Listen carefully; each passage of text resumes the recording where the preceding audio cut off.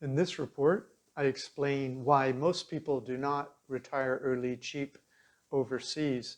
I'm not saying that you won't retire overseas. I'm also not saying it is impossible to retire cheap overseas. I'm just saying that the majority of people will not do it cheaply. They will end up spending more. So I thought I would talk about the different kinds of people that are able to do this cheaply, those that are not, and why.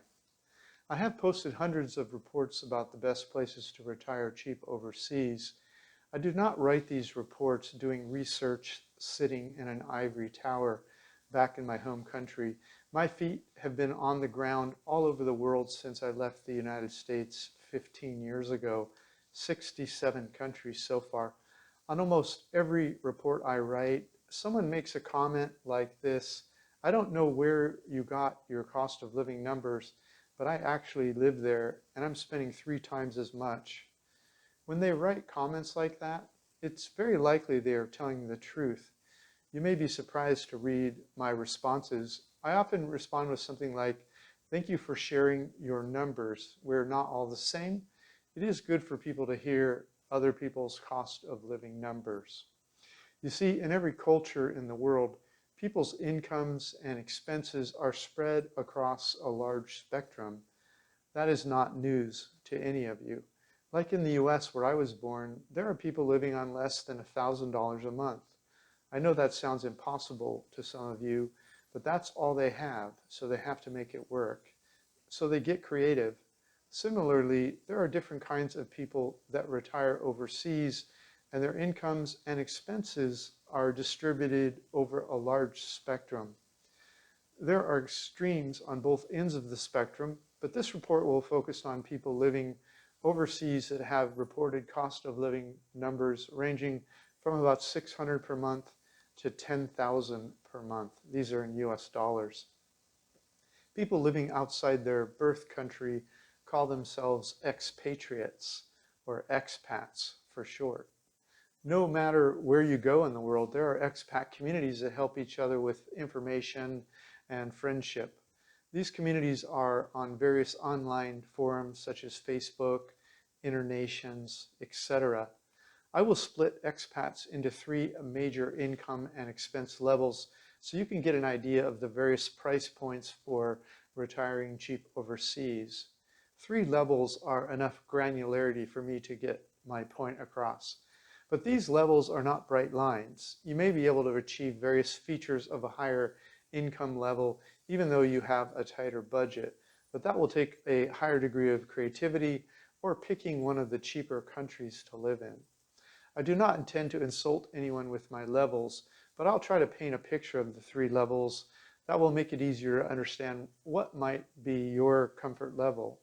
I will approach the first level historically because it is easier if you understand how that mindset evolved. Nouveau colonialist. Most of the retire cheap in paradise places around the world are former colonies of nations that conquered them a few hundred years ago. At the time of colonization, the colonists often lived in fortified, walled communities with armed guards at the gate. Almost all of these former colonies have regained their independence and are now self-governed. With very few exceptions, many regained their independence so long ago that almost nobody is still living that suffered under colonization.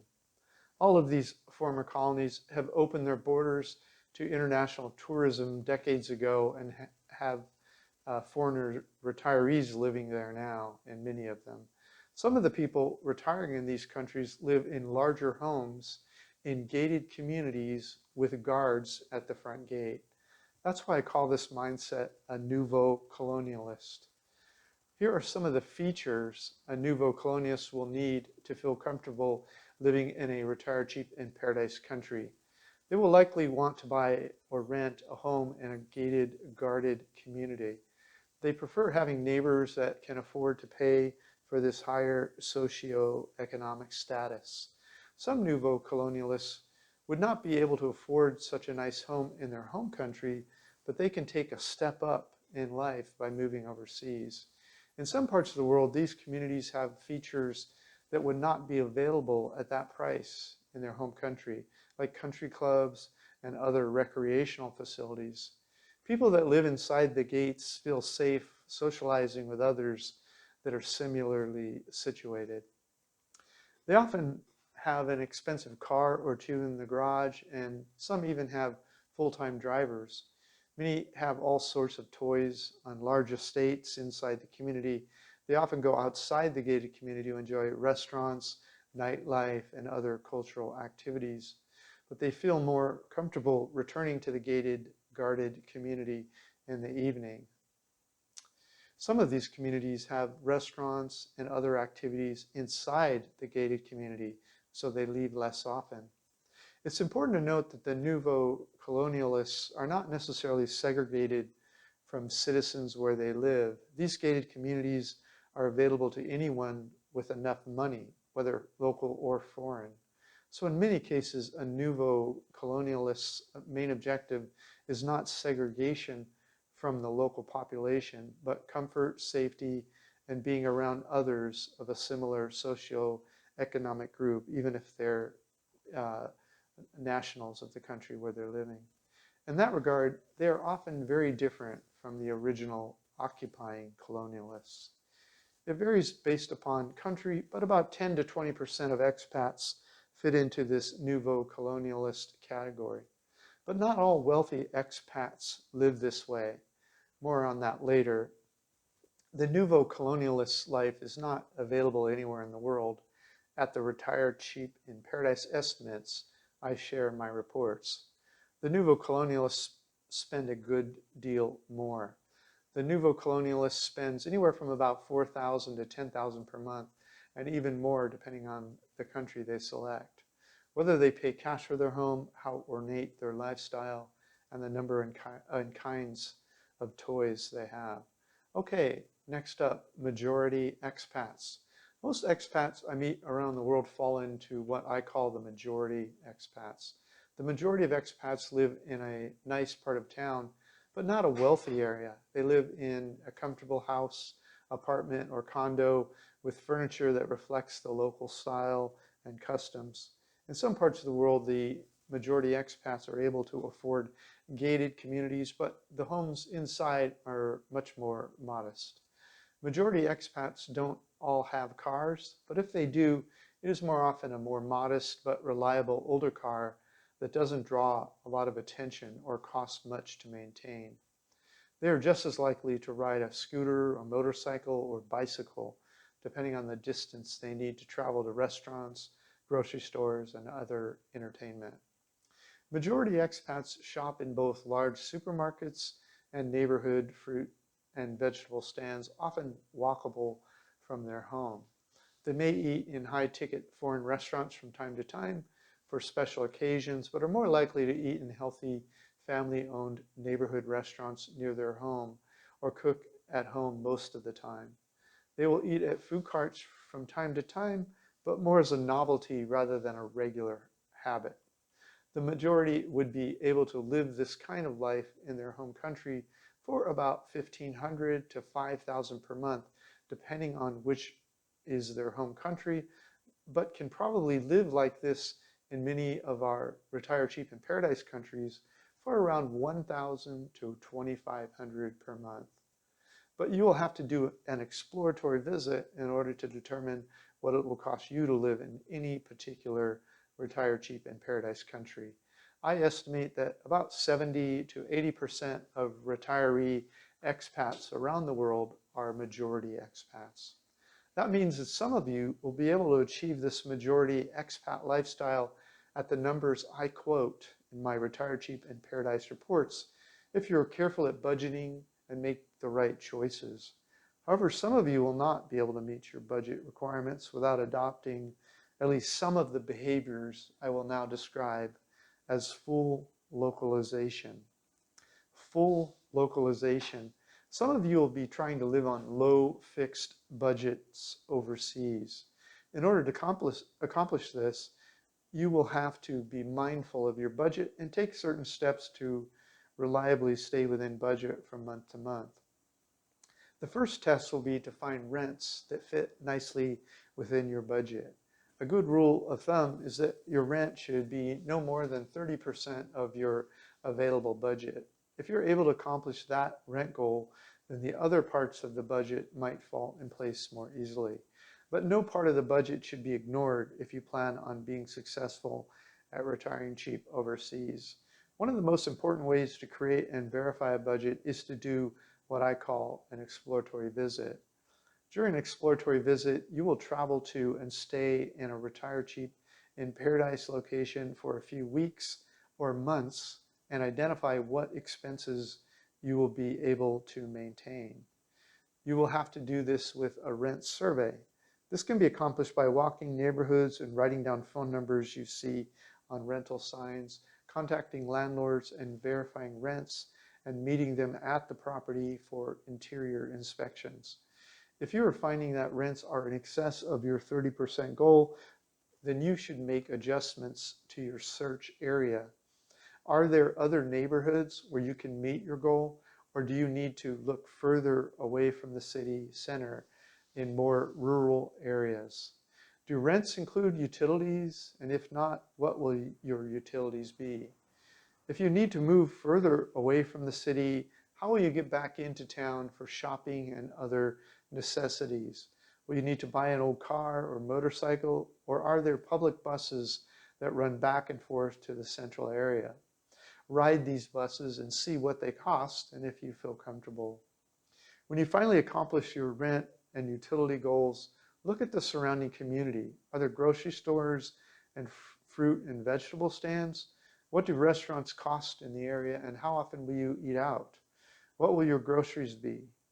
What other expenses do you have at home, and what will they cost here? It's good to keep a budget in your home country for a few months before you go on your exploratory visit.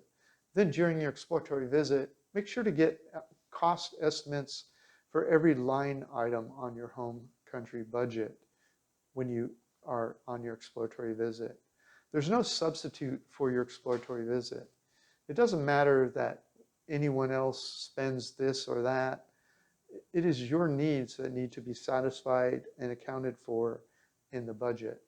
If your estimated budget begins to exceed your available budget, you may need to adopt more localization behaviors or look for a cheaper place to live. So what is a full localization? Remember above when I said that some expats comment that it is impossible to live in a place for my estimated cost of living? But how could it be impossible when there are many local people living in that place for less than my estimate?